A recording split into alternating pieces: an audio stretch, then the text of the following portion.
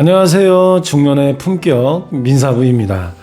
오늘은 중개사라는 직업을 가진 제가 매일같이 마주하는 이야기입니다. 남들 보기엔 별것 아닐 수 있지만 저 같은 중년에겐 결코 가볍지 않은 하루들입니다. 며칠 전 뉴스를 봤습니다. 제주도의 한 중학교에서 40대 중반의 교사가 극단적인 선택을 했다는 보도였는데요. 이유는 반복된 학부모의 민원이었습니다. 수업 방식에 불만을 품은 학부모가 거의 매일 학교로 전화를 걸어 항의하고 개인 휴대폰으로까지 매일같이 전화를 했다고 합니다. 학교 앞까지 와서 압박을 했다고 하고요. 심지어 아이들 앞에서 선생님이 무능하다는 말까지 했다고 하네요.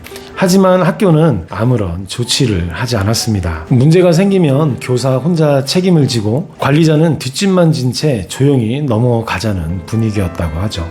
그 교사는 결국 유서를 남기고 세상을 떠났습니다. 저는 그 기사를 보면서 참 멍해졌는데요. 이건 한 사람의 일이 아니라 지금 우리 중년들이 겪고 있는 현실이기도 하니까요. 며칠 전에 제 사무실로 한 고객분이 찾아왔습니다. 50대 후반, 말수가 좀 적은 편이었고 표정이 좀 상당히 어두운 분이셨는데 앉자마자 그분은 이렇게 말했습니다. 중개사님, 나 돈 5천만 원 있는데 이 돈으로 뭘 살 수 있을까요? 그가 꺼낸 서류에는 명태금 통장 내역, 폐업 신고서, 병원 진료표, 그리고 고용보험 수급 신청서가 있었습니다. 공기업에서 명예퇴직을 하고 퇴직금으로 고깃집을 냈는데 코로나와 지독한 불경기 때문에 접을 수밖에 없었다고요. 버티다 3년 만에 문을 닫았다고 합니다. 지금은 아내와도 따로 살고 있다고 하셨어요. 서로를 보면 괜히 화가 나서 말 한마디가 싸움으로 번지곤 한다고요. 그래서 그분은 작은 빌라 하나를 사서 세를 놓고 월세라도 생활비에 보태려는 마음이었지만 그 돈으로는 월세 받을 매물을 구입한다는 것은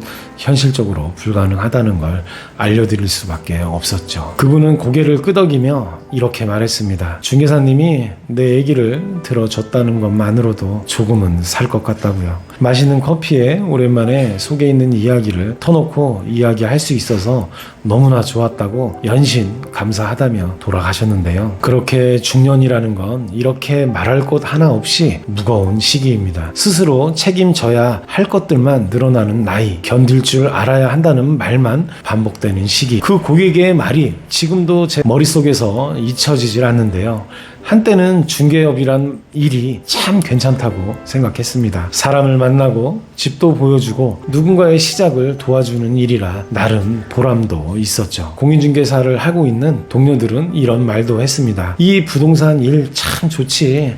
큰 돈이 들어가는 것도 아니고 물건 떼어놓고 안 팔려서 재고를 걱정해야 하는 일도 없고 몸만 부지런하면 되는 일이니까 그게 그때는 맞다고 생각을 했는데요. 지금은 많이 달라졌습니다. 전세 사기가 터지고 허위 매물이 쏟아지면서 공인중개사라는 직업에 대한 신뢰가 바닥을 쳤습니다. 사람들은 저에게 묻습니다. 그 집 정말 괜찮은 거 맞아요? 사기당하는 거 아니죠? 중개사님은 믿어도 되는 거죠? 중개사는 이제 더 이상 신뢰를 주는 직업이 아니라 불신부터 받고 시작하는 직업이 돼버렸습니다. 어디 가서 공인중개사입니다 라고 말하는 게 왠지 꺼려지는 시대가 됐으니까요. 내가 가진 자격증은 이젠 자부심보다 방어막처럼 느껴질 때가 많습니다. 그래도 우리는 매일 아침 같은 시간에 문을 엽니다. 왜냐고요? 내가 이 일을 멈추면 이 시장에 그나마 양심 있는 사람도 사라질까 봐죠. 사람들은 너무나도 가볍게 말합니다. 중개사는 그냥 집 하나 보여주고 수수료 받는 사람 아니냐고. 하지만 그 말 속엔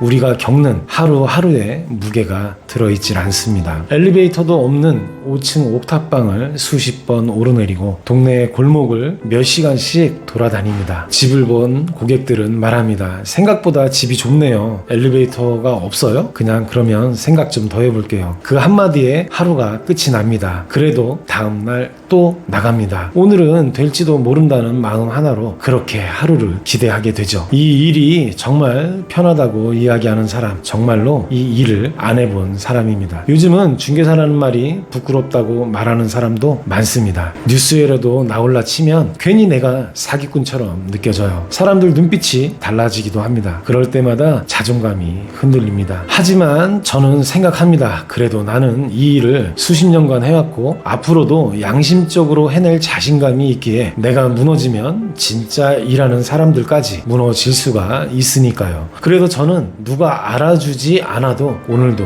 문을 엽니다. 어떤 날은 계약이 취소되고 고객은 약속을 안 지키고 몸도 마음도 지칠 때가 많죠. 그럴 때마다 고객분이 조용히 말을 합니다. 중개사님 같은 분을 만나서 정말 다행이라고, 정말 감사하다고, 그 말 한마디에 그날의 피로가 조금은 풀립니다. 그래서 저는 매일 아침 거울을 보면서 오늘도 다짐을 합니다. 그래, 누가 뭐라고 해도 나는 지금 이 자리에서 내 몫을 충분히 다 하고 있다고 생각합니다. 내가 나를 인정해야 내가 중개한 집에서 누군가는 편안하게 살아갈 수 있으니까요. 그래서 오늘도 나는 내 일을 합니다. 조용하게, 꾸준하게, 그리고 부끄럽지 않게. 중년의 품격 민사부였습니다. 당신도 오늘 당신의 자리에서 묵묵히 자기 일을 하고 계시죠? 그 이야기를 댓글로 들려주세요.